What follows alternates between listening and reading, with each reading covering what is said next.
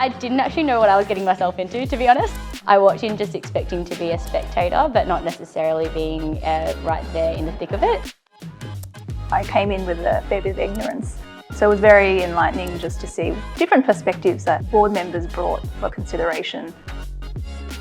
I thought it was terrific. I thought some of the younger people who hadn't had board experience, who listened carefully and then made very insightful comments at the right time. It was really good. Melbourne Knowledge Week is the city's annual festival of ideas. So for the Melbourne Business School, it is an amazing opportunity to be involved, given our mission is to unleash ideas and leaders for a sustainable future. The scenario certainly had a lot of detail, and some twists and turns were thrown in for good measure.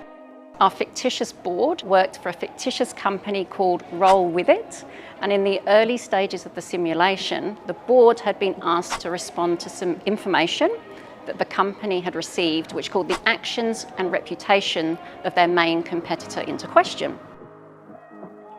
To have these simulations means that you're helping explain what it is that boards do, and perhaps an education of the student population coming through and a broader community to better understand governance and the importance of organisations in our community.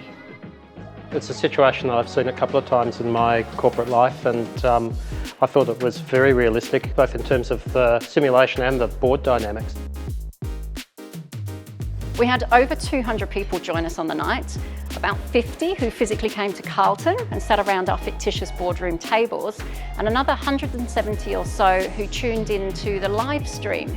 And that was from countries as far as Malaysia, Ireland, Finland. Across the board, engagement with the exercise was incredibly high.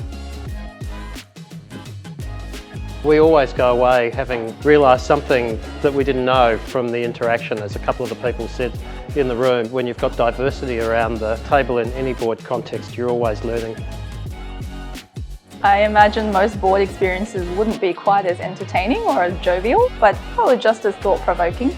I really enjoyed the creativity and the lightness that came with this activity. So it wasn't just learning perhaps about theory, but experiencing it in a really interactive and simulated way.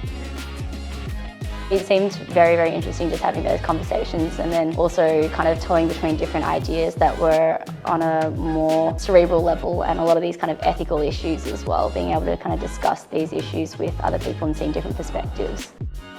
Well, I think there's going to be a generational shift, and when it comes, we're going to see things done quite differently.